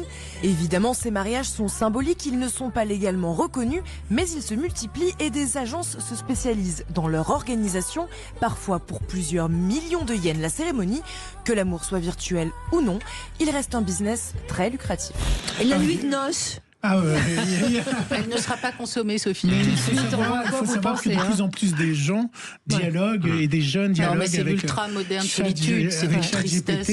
Et qui considèrent comme un ami, comme avec qui ils parlent et avec qui ils décident s'ils doivent partir où en vacances. Alors, c'est vrai qu'au Japon, il y a quand même un rapport particulier à ce type de... Enfin, tout ce qui est virtuel, à la virtualité, à la technologie. Mais ça doit quand même nous interroger collectivement sur la solitude. Moi, les gens sont très seuls. Je trouve que même les jeunes aujourd'hui. Alors c'est plus que ça. Il n'y a plus les bandes de copains. J'ai une entreprise qui adhère à Ethique et qui a fabriqué un petit robot qui s'appelle Buddy. Et ce petit robot Buddy, il l'a testé dans les EHPAD. Et Buddy, on lui dit, est-ce qu'il va y avoir de la neige aujourd'hui? Est-ce que ça glisse? Il va dire, oui, il faut faire attention. Le ministère des Transports. Oui, il faut faire attention. C'est très difficile. Et Buddy avait une très jolie forme. Humanoïde un peu. Ils ont arrêté car quand on a enlevé Buddy aux personnes âgées, elles sanglotaient. Elles étaient dans un état épouvantable. C'était la seule qui leur répondait sans arrêt. J'ai un petit peu mal aux pieds. Oui, faites attention si vous avez mal aux pieds, etc. Bon, Buddy, c'est le même principe. Quelque chose de notre société. Ces personnes âgées, ils ont des enfants, ils ont des petits enfants, ils ont des copains, ils ont des voisins. C'est affreux. Ce que ça dit de nous, de chacun d'entre nous, c'est affreux. Ça dit de nous aussi l'idée. C'était dans un film de Spike Jonze en 2013. Ça s'appelait Her. Et c'est un monsieur qui choisit d'avoir en face de lui une relation avec l'équivalent de... Mais alors qui parlait, évidemment, c'est une version un peu plus élaborée, mais qui pourrait être physiquement élaborée aussi. Je crois que les réseaux sociaux nous fabriquent une relation qu'on... non plus avec les autres, mais avec nous-mêmes en fait. Petit à petit, ils nous parlent qu'à nous et de nous-mêmes. Ils nous connaissent mieux d'ailleurs que la plupart des gens et voire que de nous-mêmes. Donc finalement, pourquoi aller chercher ailleurs ce qu'on a en face de soi et bientôt peut-être même physiquement au-delà de quelques mots, des voix ainsi de suite. Et ça c'est terrible parce que c'est au-delà de l'isolement, c'est l'idée qu'on vit dans un compartiment individuel et c'est tout. Et ça pose la question de l'altérité aussi, parce que Jean-Christophe a tout à fait raison. L'algorithme fait que la personne, enfin l'IA en face, va être toujours d'accord avec soi et va proposer que des choses qui vont nous maintenir dans une bulle. Or, ce qui fait la beauté de la relation et de l'interaction humaine, c'est notamment justement de se confronter à la différence. C'est ce que disait le philosophe Lévinas, se confronter dans le regard de l'autre. Emmanuel Lévinas, lisez Armand Bécassis pour redécouvrir l'altérité. Parlons du Groenland. Oui, très vite. Oui, parce qu'on avait très vite, c'est un enjeu. Non, mais c'est un enjeu qui est relié à l'expédition américaine. Jean-Christophe Gallien. Et à l'exfiltration du président Maduro. La capture, le kidnapping, certains diraient, peut-être à LFI, voilà, par exemple. Vous voyez ce que je veux dire? Kidnapping diplomatique, par exemple. Mais au-delà de ça, il y a un territoire qui est entre ces deux mondes, voire entre nous, en tout cas, et les États-Unis, entre nous et le continent américain, continent européen et qui s'appelle le Groenland, qui est aujourd'hui pas simplement un fantasme de l'idée que Donald Trump voudrait pouvoir, avec son administration, le récupérer, puisqu'il l'a déjà en fait. En réalité, quand on connaît la manière dont ça fonctionne, il a une base et demie, il y en a une qui est pas tout à fait connue, mais qui est une autre base plus stratégique, un peu pas secrète, mais presque au Groenland. Il peut faire quasiment ce qu'il veut. Aujourd'hui, l'idée, c'est de poser comme la femme d'un des conseillers de l'administration Trump a posé une carte sur son réseau social, son compte à elle, en disant la bannière étoilée, en faisant un État ou 51e État des États-Unis. Nous, la question, c'est de savoir comment on réagit. Et pour l'Union européenne, et pour le Danemark, qui a longtemps été un fer de lance des États-Unis à l'intérieur de l'Union européenne, c'était celui qui voulait absolument que l'OTAN devienne notre système de défense, et les gens qui votaient systématiquement contre les idées de régulation, à part Madame Verstager ensuite, qui a été plutôt contre le système américain. Mais donc en réalité, aujourd'hui, ils se réveillent, et nous, on a un vrai défi. C'est-à-dire que là, pour le coup, sur cet enjeu stratégique du Groenland, c'est pas simplement ce qu'il y a dans le sous-sol, c'est l'idée que ça contrôle l'entrée et les sorties sur les principales routes maritimes de demain, celle du Nord, où le commerce international va se faire entre la Chine et nous, puisque on l'a bien dit en début d'émission, on achète beaucoup de choses en Chine, donc les Chinois nous envoient, et donc ça va être un enjeu majeur. Si cet enjeu est perdu par l'Union européenne par faiblesse, par incapacité de résister ou de se montrer assez puissant, on est face à un vrai défi qui, là pour le coup, est très concret. Il n'est pas simplement celui qui peut parfois exister à Bruxelles sur certains enjeux, il existe évidemment en Ukraine, il existe parfois au Moyen-Orient, là c'est un concret sur le territoire européen, puisque le Groenland est une extension, comme nous avons la Nouvelle-Calédonie, comme d'autres territoires dans l'océan Indien par exemple pour les Français.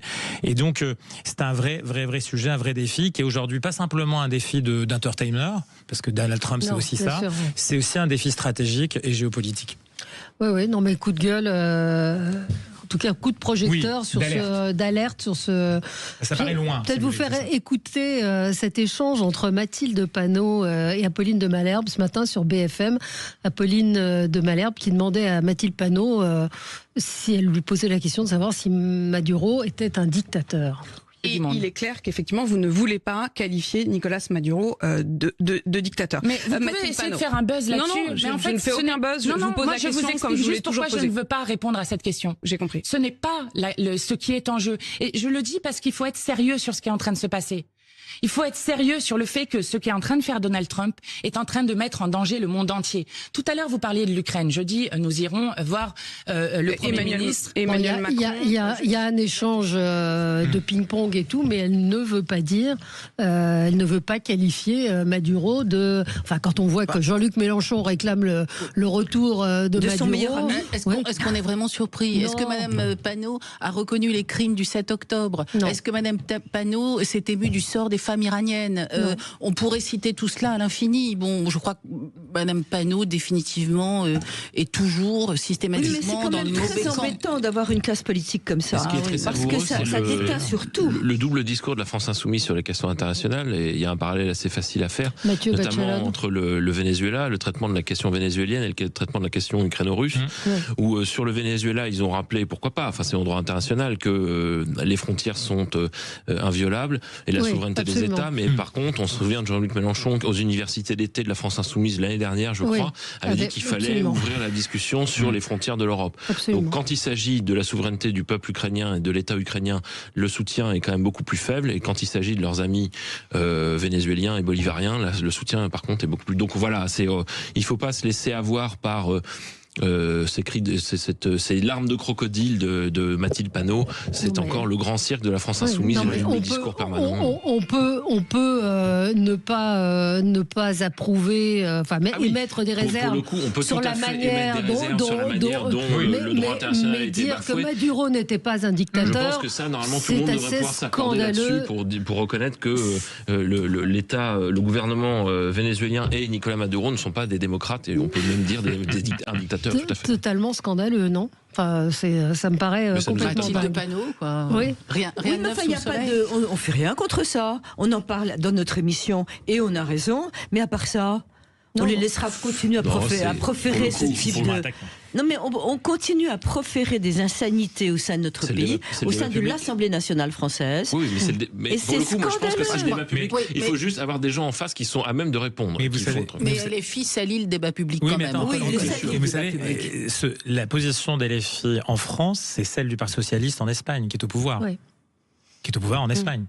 Et donc les liens dépendent. Vous avez là aussi des variations. Hein. C'est pas tout à fait homogène. Et donc on peut se réjouir quelque part qu'en France, ça soit LFI qui soit dans cette position. Si on avait un parti qui gouverne, qui avait cette position en France, vous voyez ce que ça veut dire. Et d'ailleurs, ça rejoint ce que disait Alexandra. Le parti qui gouverne en Espagne a des positions très différentes de celui qui gouverne en France. Mais est-ce qu'ils sont sur Israël et la Palestine. LFI est quand même bien pire que le parti qui gouverne en Espagne, non ? Oui, mais regardez la position de M. Sanchez et surtout d'un ancien Premier ministre espagnol, Zapatero, en Espagne.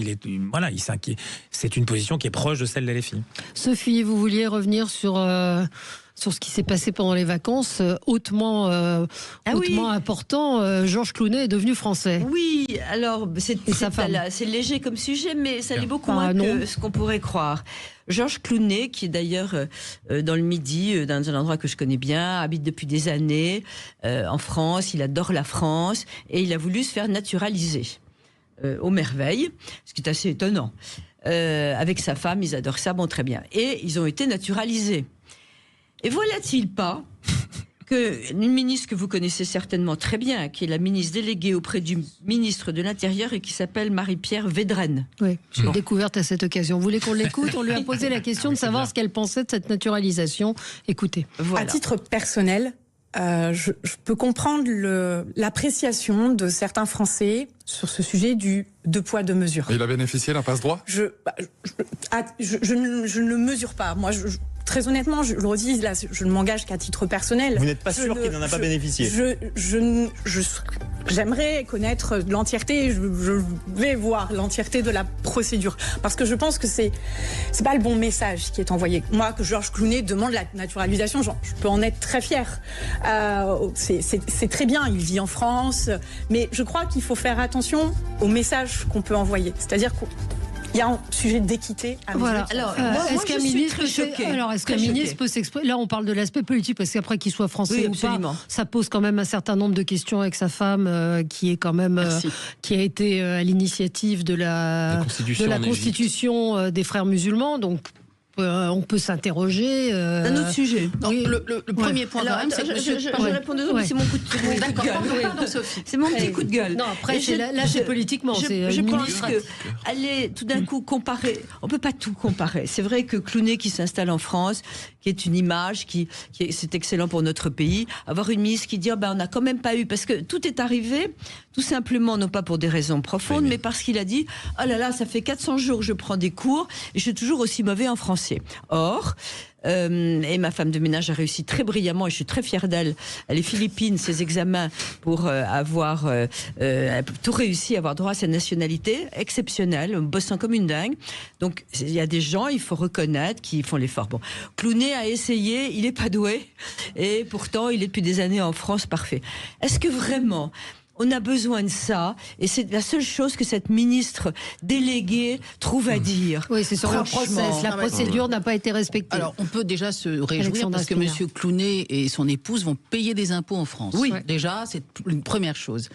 Maintenant, moi, à titre personnel, non, je ne me réjouis pas que Madame Clooney, qui a participé à la rédaction de la Constitution des Frères musulmans, puisse obtenir la nationalité française. Je suis désolée, donc je ne m'en réjouis absolument pas. Et je suis d'accord, pardon, pour une fois, Sophie, je ne suis pas d'accord avec toi.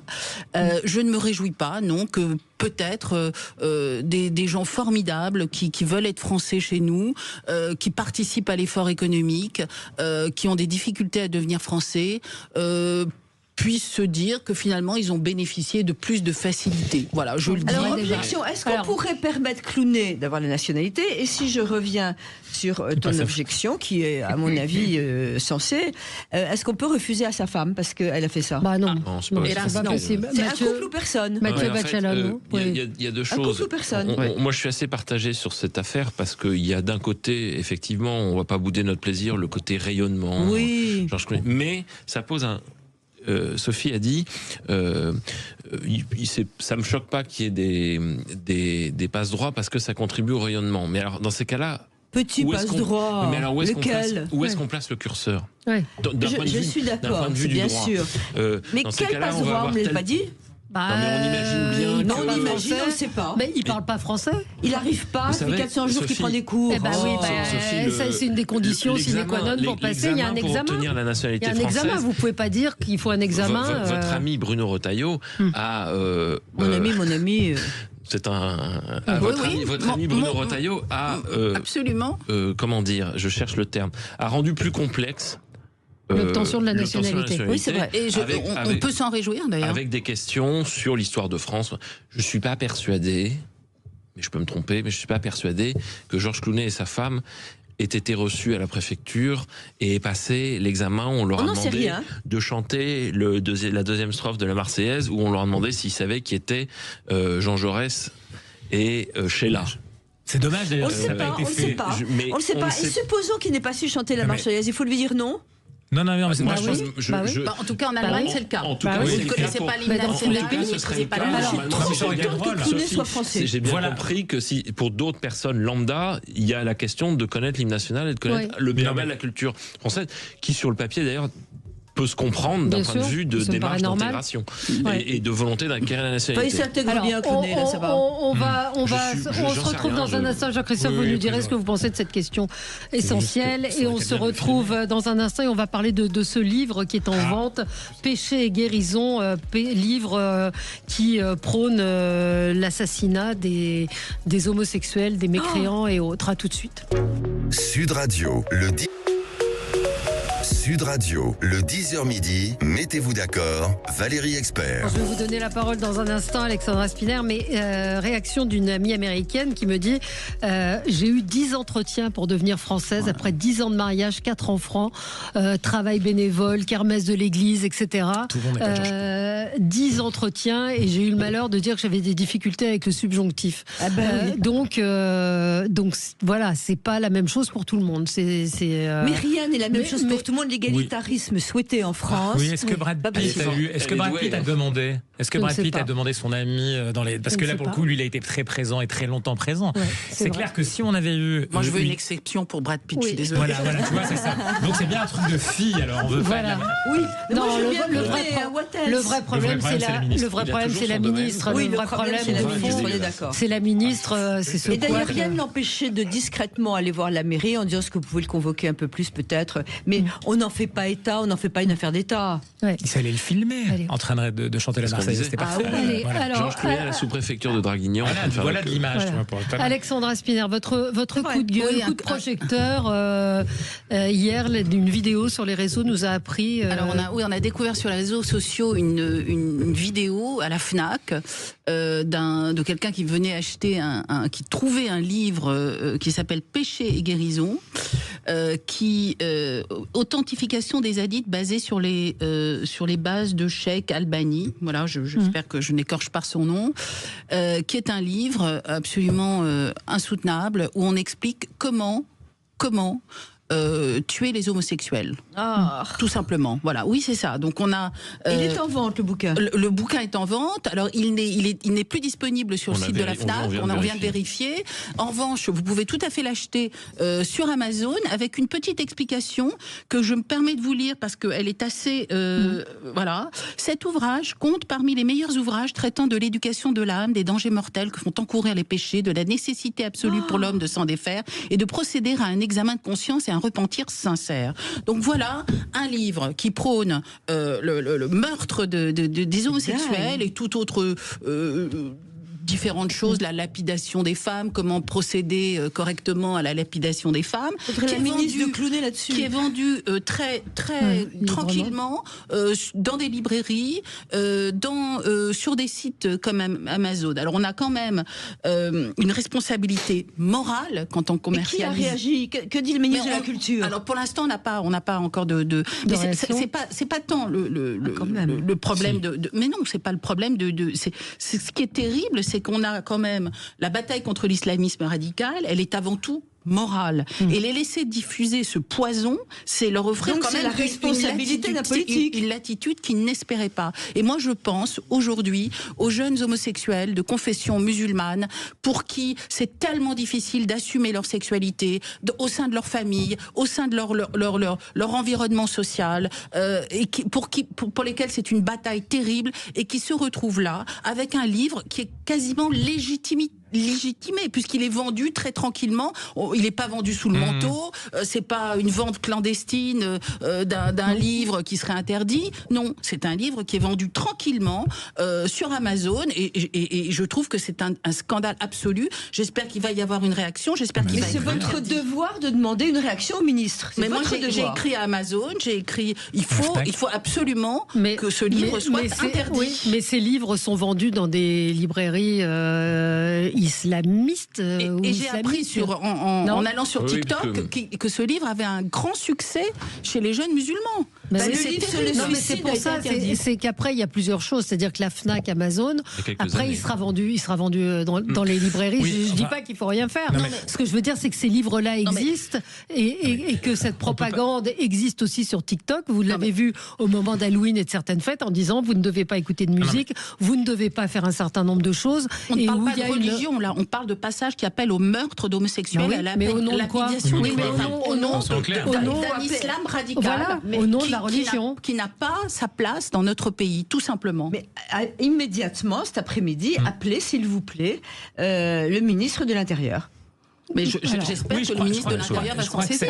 Quand on est dans une bataille contre cet islamisme dit radical, là, on est dans un phénomène qui est très neutralisant. C'est-à-dire qu'en fait, en réalité, quand vous avez en disponibilité immédiate ces histoires-là, et si vous faites un tour dans les parties jeunesse de ces mêmes distributeurs, vous trouverez des ouvrages qui ne disent pas exactement ça, mais qui racontent une histoire où c'est normal d'avoir le voile et d'avoir un ensemble de points. Et ça, c'est distribué aujourd'hui aussi dans ces distributions de distributeurs littéraires qui sont mainstream, c'est-à-dire en gros qui sont grand public. Très bien, mais il ne s'agit pas d'aller se cacher derrière un truc. Donc on est quand même face à un truc. C'est-à-dire que notre État, qui est un État républicain, démocratique, doit aussi se défendre sur des points de contact qui sont pour le coup non pas des librairies cachées derrière une porte ou je ne sais quoi, au 3e étage d'un appartement ou d'un immeuble.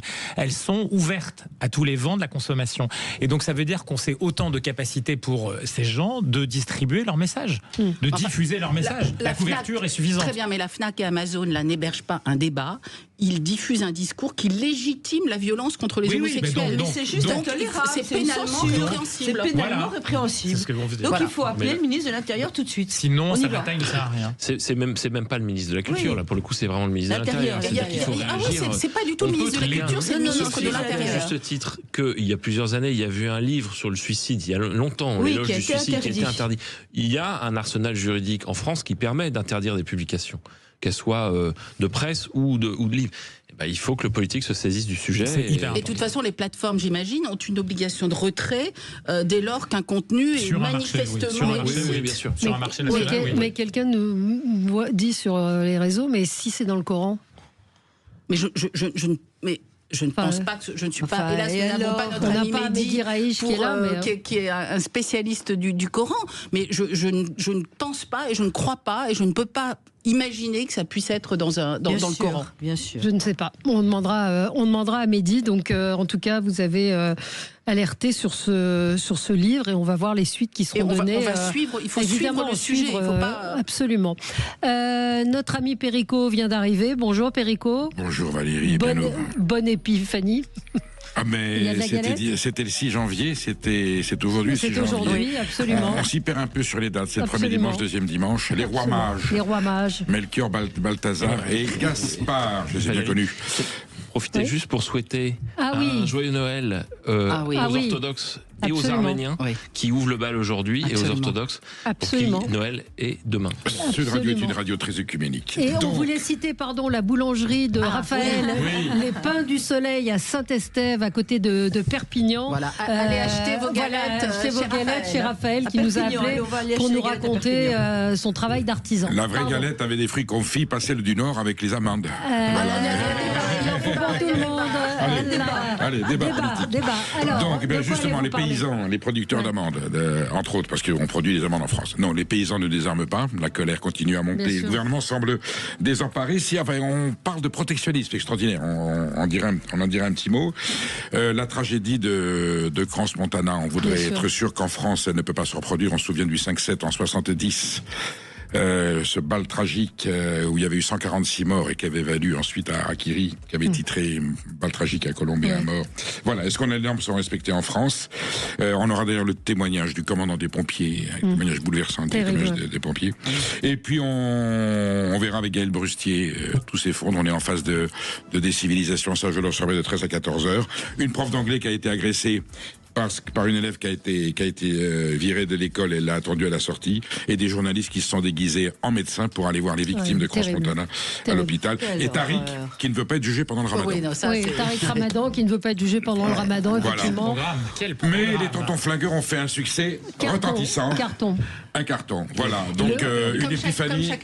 Une France dans tous ses états épiphanique, œcuménique et dynamique. Le président commune c'est comme ça qu'on les reconnaît. De Crans-Montana ce matin a dit que les contrôles périodiques n'ont pas été effectués entre 2020 et 2025 dans l'établissement en question.